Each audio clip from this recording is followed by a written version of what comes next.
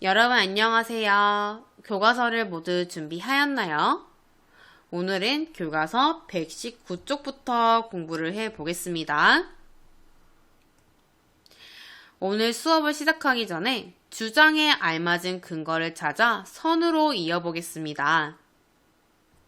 먼저 첫 번째 주장은 물을 아껴 쓰자라는 주장입니다. 여기에 알맞은 근거는 무엇일까요?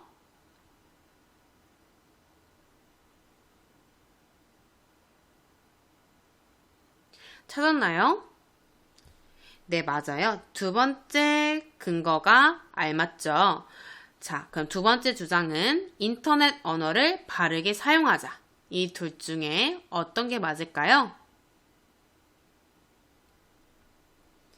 네, 맞습니다. 아래에 있는 바르지 않은 인터넷 언어는 다른 사람의 기분을 나쁘게 한다. 자, 마지막으로 휴대전화 사용 시간을 줄이자. 네, 여기 맨 마지막 남은 거 이거겠죠? 휴대전화에 중독되면 시간을 낭비하게 된다. 선생님과 함께 주장에 알맞은 근거를 찾아서 선으로 연결해 보았습니다. 근데 여러분, 선생님이 물을 아껴 쓰자라는 주장에 휴대전화에 중독되면 시간을 낭비하게 된다라는 근거를 말했어요. 어때요, 여러분? 선생님이 방금 말한 것처럼 주장에 맞지 않는 근거를 말하면 상대방을 설득할 수 있을까요? 네, 맞아요. 주장에 알맞지 않은 근거를 말하면 상대방을 설득할 수가 없습니다. 그래서 오늘은 선생님과 함께 주장에 대한 근거가 적절한지 판단하며 글을 함께 읽어보겠습니다. 오늘 선생님과 읽을 글은 공정무역 제품을 사용합시다 라는 글이에요. 그거랑 관련된 만화가 교과서 119쪽에 있네요. 선생님과 함께 살펴봅시다. 옛날엔 태어날 때 신분이 정해졌어요. 상민으로 태어난 사람은 아무리 열심히 일하고 공부해도 양반이 되기 힘들었죠. 난 양반이라 일 안 해도 되지. 지금도 비슷한 일들이 벌어지고 있어요. 아무리 열심히 일해도 가난을 벗어날 수 없는 사람들이 있답니다. 난 일을 안 하고 돈을 벌지. 하루 종일 축구공을 만드는 아이의 임금은 고작 몇천 원이에요. 가난한 나라의 사람들은 아무리 열심히 일해도 자식들을 학교에 보내기도 어려워요. 휴대전화 하나를 사려면 몇 달치 월급을 모아야 하죠. 일부 다국적 기업은 가난한 나라의 물건 죗값을 주지 않고 아주 싸게 산 뒤 비싸게 팔아 많은 돈을 벌어요. 여러분, 가난은 제 잘못인가요? 아니요. 공정한 거래만이 잘못된 경제 구조를 바로잡을 수 있어요. 그게 공정무역이라고 말하고 있네요. 선생님과 만화를 살펴보았습니다. 만화에 관한 선생님이 질문을 해볼 테니까 질문에 대한 답을 생각해 보세요. 가난한 나라의 사람들이 가난한 까닭은 무엇이라고 생각하나요?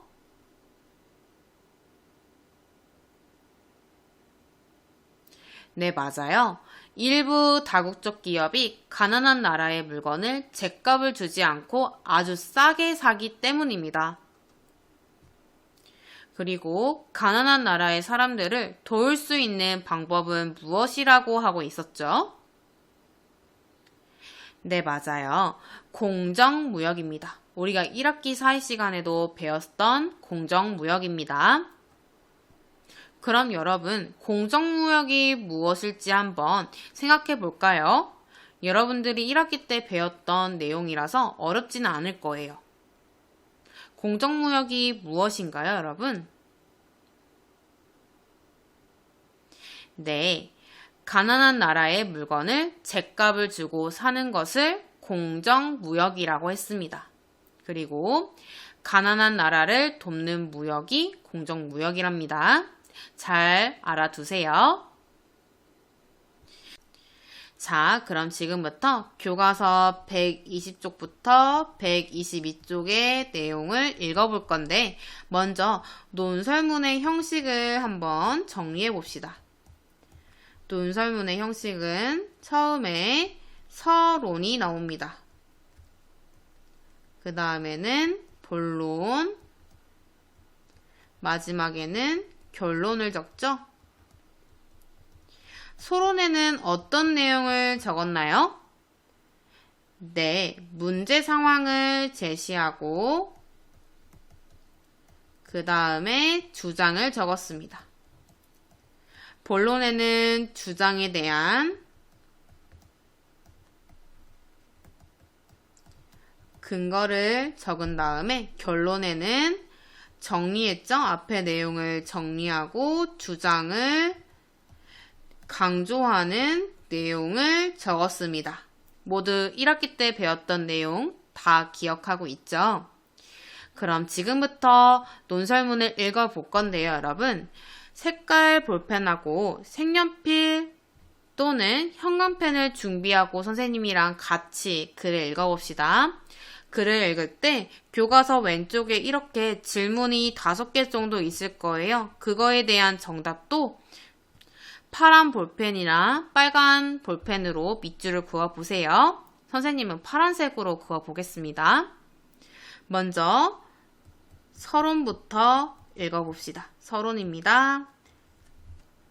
공정무역도시, 공정무역커피 이런 말을 들어본 적이 있나요? 2017년에 땡땡광역시가 국내 최초로 공정무역도시로 공식 인정을 받았다는 신문기사를 접할 수 있었습니다. 공정무역이란 생산자의 노동에 정당한 대가를 지불해 생산자가 경제적 자립과 발전을 하도록 돕는 무역입니다. 땡땡광역시는 공정무역 상품을 사용하고 공정무역을 확산하려는 활동을 지원해 실질적인 변화를 만들어내는 도시가 되었습니다. 우리도 공정무역 제품을 사용해 이러한 변화에 동참해야 합니다. 라고 서론을 적었네요. 그럼 먼저 이거에 대한 정답부터 찾아볼까요? 어디에 있나요? 네, 하나, 둘, 셋, 넷, 5번째 줄부터 있죠. 같이 밑줄 그어보세요.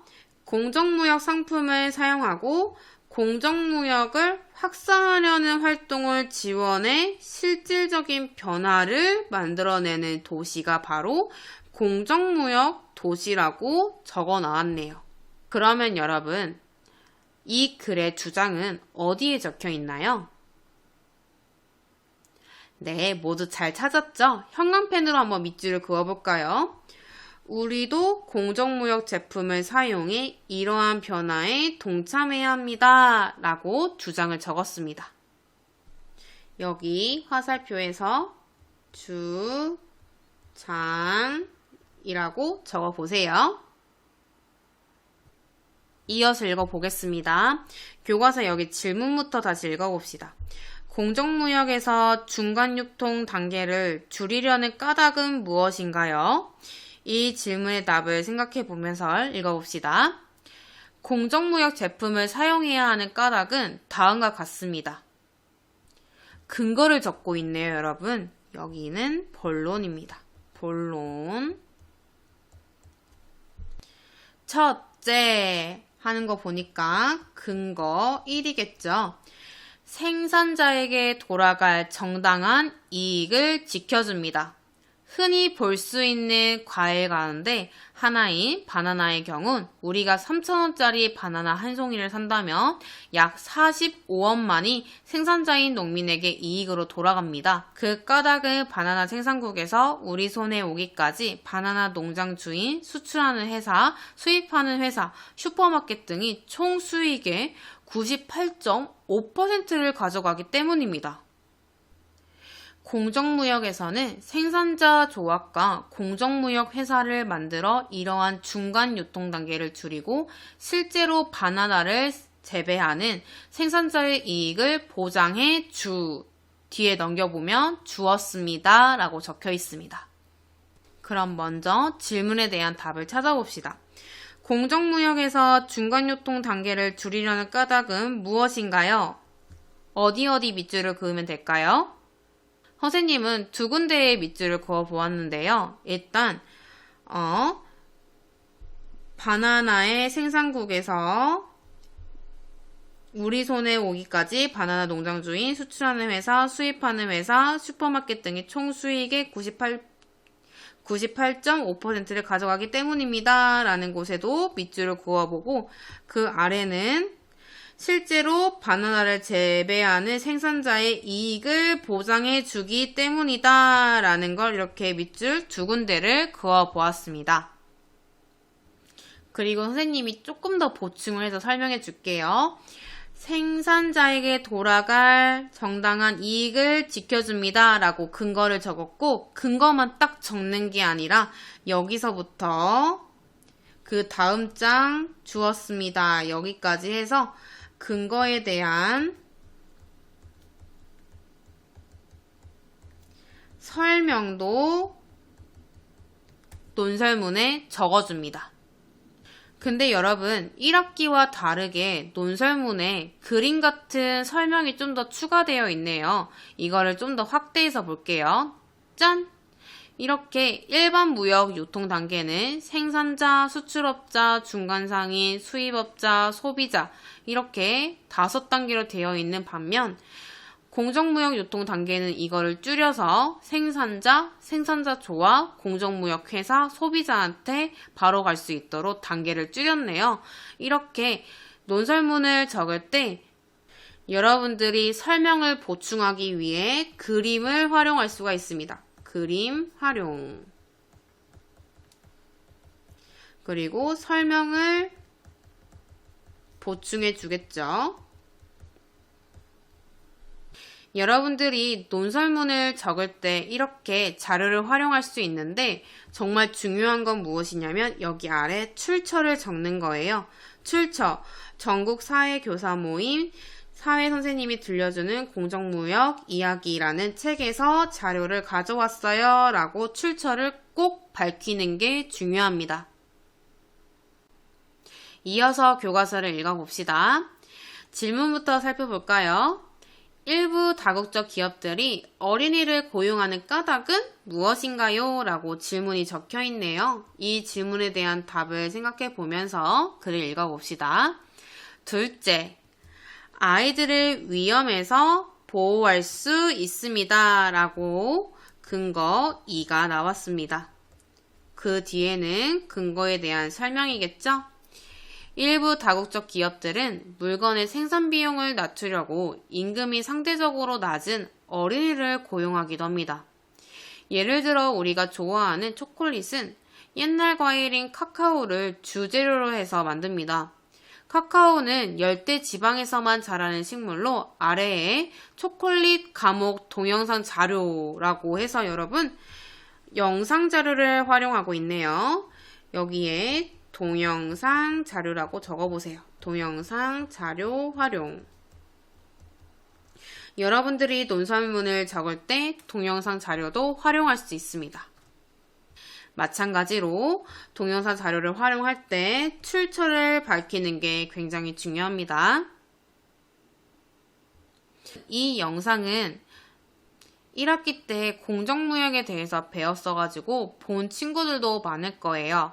혹시 이 영상을 보지 못했던 친구들은 유튜브에 초콜릿 감옥이라고 검색을 하면 여기 첫 번째 배운 너머 초콜릿 감옥이라고 적혀있는 이 영상이 있을 거예요. 이것을 클릭해서 보면 될 것 같아요.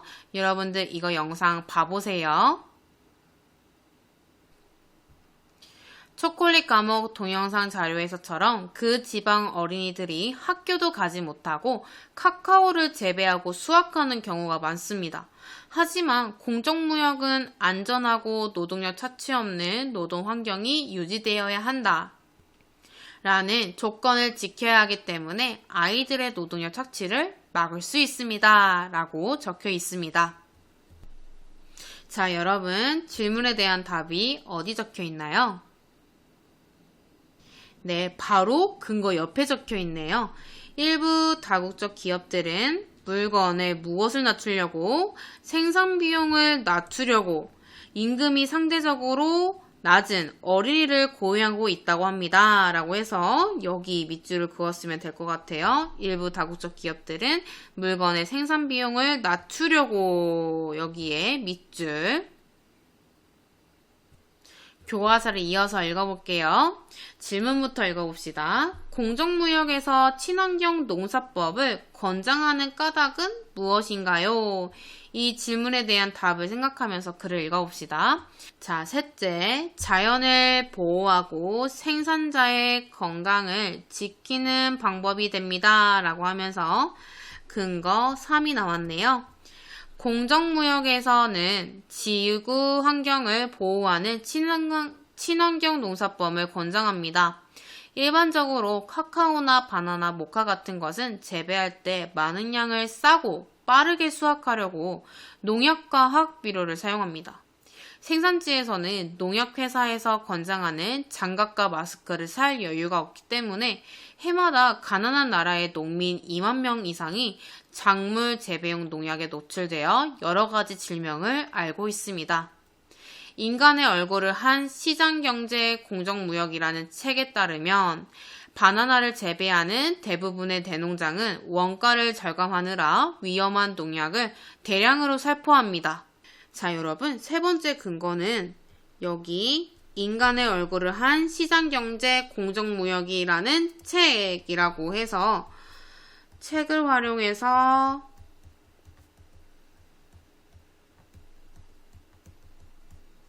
근거를 보충하고 있네요. 대농장 가까이에 사는 노동자들의 음식과 식수는 이 독극물로 오염됩니다. 한 코스타리카의 농장을 대상으로 한 연구에서 자, 교과서 122쪽 남성 노동자 가운데 20%가 그런 화학물질을 다룬 뒤 불임이 되었다고 합니다. 또 바나나를 채취해서 나르는 여성 노동자들은 백혈병에 걸릴 확률이 평균 발병률보다 2배나 높게 나타난다고 합니다. 하지만 공정무역은 농민들이 농약 화학 비료를 적게 쓰고 유기농으로 농사를 짓게 하여 이러한 문제를 해결하려고 노력하고 있습니다. 라고 세 번째 근거가 있습니다. 자, 여러분, 이 질문에 대한 답을 찾아보았나요? 밑줄을 그어서 찾기는 어려울 거라서 이거는 정답을 직접 적어볼게요. 자, 여러분, 공정무역에서 친환경 농사법을 권장하는 까닭은 무엇인 것 같나요? 네, 먼저 첫 번째, 여기 살펴보면 되죠. 지구 환경을 보호하기 위해.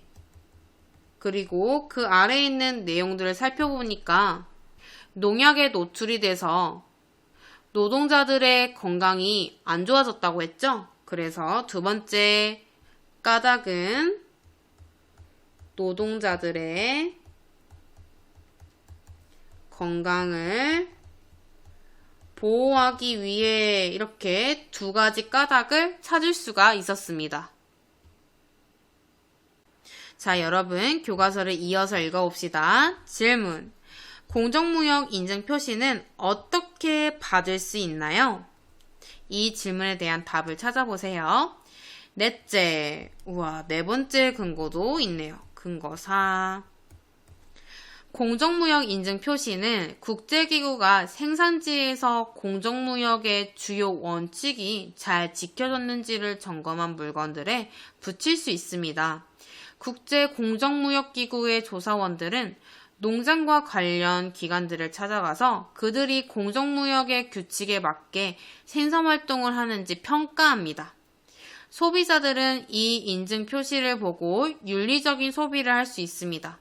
하지만 요즘은 공정무역의 조건을 지키지 않고 공정무역을 흉내낸 인증 표시를 만들어 소비자들에게 혼란을 주는 기업들도 있습니다. 이렇게 네 번째 근거를 적고 아래에 공정무역 인증 표시라는 그림을 활용했네요. 그림 활용.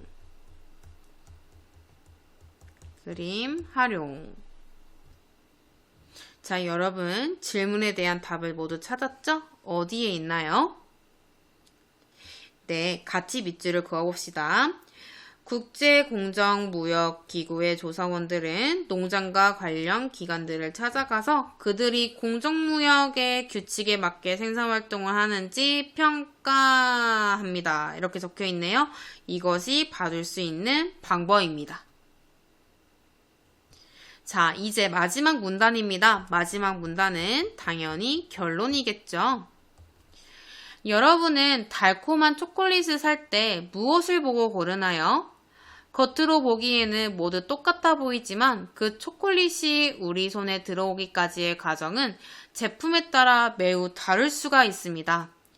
그것을 만들려고 노력한 사람들이 학교도 못 다니고 음식도 제대로 먹지 못한 여러분보다 어린 동생들이라면 그 초콜릿을 정말 맛있게 먹을 수 있을까요? 가난한 나라에 일시적인 원조를 제공하는 데 그치지 않고 자립하도록 도와주는 방법이자 우리 환경을 보호할 수 있는 공정무역 제품, 이제는 우리가 관심을 기울이고 사용할 때입니다. 라고 하고 있네요.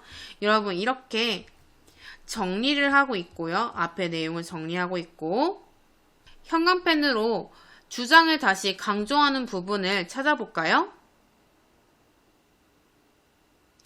네, 여기 있죠. 가난한 나라에 일시적인 원조를 제공하는 데 그치지 않고 자립하도록 도와주는 방법이자 우리 환경을 보호할 수 있는 공정무역 제품, 이제는 우리가 관심을 기울이고 사용할 때입니다. 라고 하면서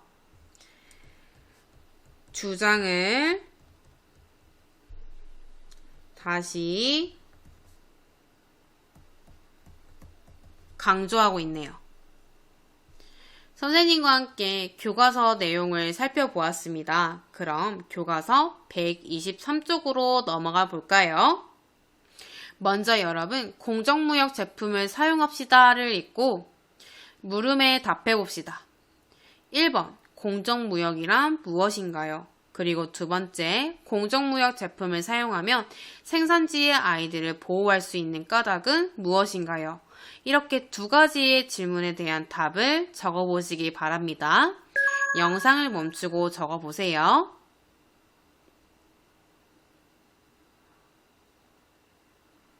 모두 다 적었나요? 그럼 선생님과 정답을 확인해 봅시다. 여러분, 공정무역은 무엇이라고 했나요?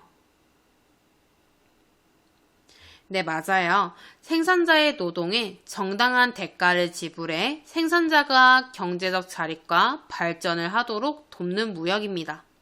그리고 두 번째, 공정무역 제품을 사용하며 생산지의 아이들을 보호할 수 있는 까닭은 무엇인가요?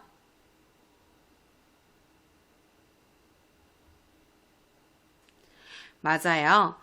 공정무역은 안전하고 노동력 착취 없는 노동 환경이 유지되어야 한다라는 조건을 지켜야 하기 때문입니다.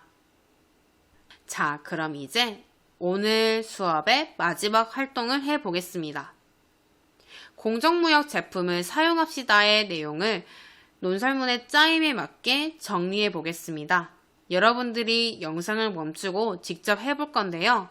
1번, 논설문의 짜임에 맞게 내용을 정리해 보세요. 서론, 본론, 그리고 결론에 맞게 여러분들이 정리를 해보고요. 마지막으로 이 글에서 주장하는 내용도 직접 써보시기 바랍니다. 그럼 영상을 멈추고 적어보세요.